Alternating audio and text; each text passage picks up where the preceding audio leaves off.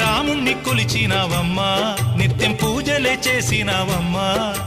గూడు చెదిరిపాయ గుండెల విసిపాయ గూడు చెదిరిపాయ గుండెల విసిపాయ కొలిచిన రామయ్య కొండ దిగిరాడాయే వందనాలమ్మా అమ్మా వందనాలమ్మా